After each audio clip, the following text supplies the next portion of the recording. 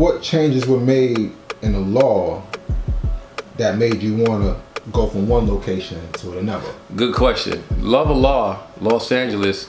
I was there in '94 before Prop 215 took place as far as medical, and I was also there for the riots. You know what I mean? So I seen a lot. That's born wisdom, right? Yeah. So again, I left here in '91. You know what I mean? And I started to explore love of law, and you know that's how me and Born of Law, who was originally from here, who was out there, that's how we linked up and started to build. But he was out there before me.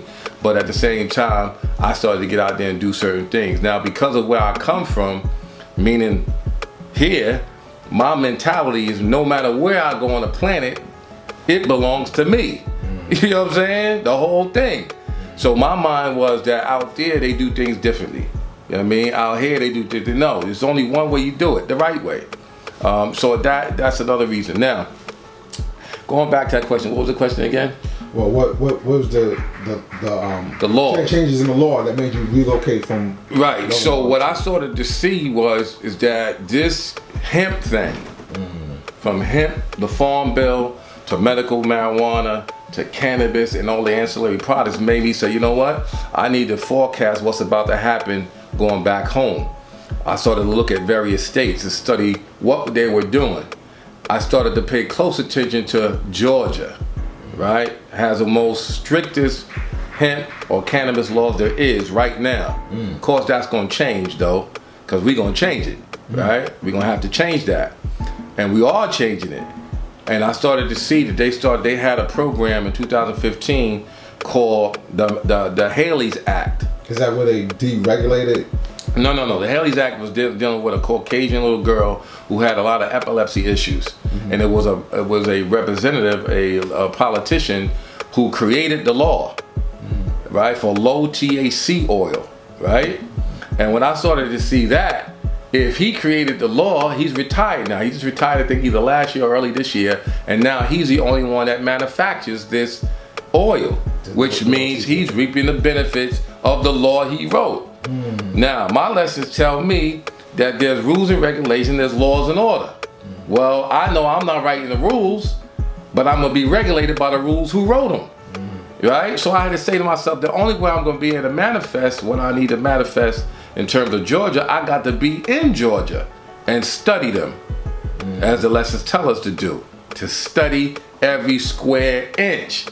So I did that, and I've been doing that since I've been there, studying everything about them. Right. So what? I mean, as of now, you know, as you manifested, according to Georgia law, it is legal for qualified persons to possess 20 fluid ounces. 20 fluid ounces. That's correct. Of low THC oil, and I had to put, like, you know, emphasize low. Low. What does that mean? Okay, so let's understand THC. For those who don't understand, it's called tetrahydrocannabinol. It is the what we call the psychoactive element that gets you high. So they have a law that it shouldn't be over 0.3% or 0.5%, depending on who you're talking to. So when you look at low THC oil, how could you create a law and you have no place to find it? And the only place you can find it is from the guy who created it. So you just monopolize the whole system, right? This is what the devil do, right? He'll go ahead and create the law. He won't tell you about it until 5 years later. Now he has a grip on it. And here you come wanting equal access or social equality. You never gonna get it unless I tell you he would never allow you to be a part of his social equality. Why? Because he's afraid. What's he afraid of? You're gonna find out what he knows. And once we find out, what do we normally do? We take over. You know what I mean? So again, the low THC situation, they just now put in an enactment, the Georgia's Hope Act. And in order for you to get in the game in Georgia, you got to have at least $10 million with no guarantee. Do you got 10 million, God? I certainly don't. But you got resource, right? So if you had a plan, and you had a plan of operation that will produce it, you can get with investment that can get you to 10 million. Absolutely. You see what I'm saying? So I started saying to myself, life, this is what got to be done. You can't do it from love of law. You're going to have to make a move. So I'm in Georgia. to be where it's at, and I'm closer to home, so it's only a 2-hour flight. With a determined idea. Without question. If Mecca did this.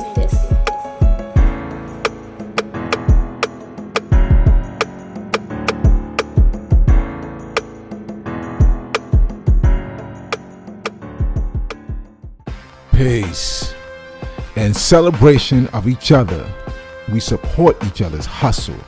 Weight Life has sponsored this content. You can get a sweatshirt, t-shirt, or a hoodie at the Common Unity store of a law school in Mecca. Or just simply hit me up. I got the hookup. Peace.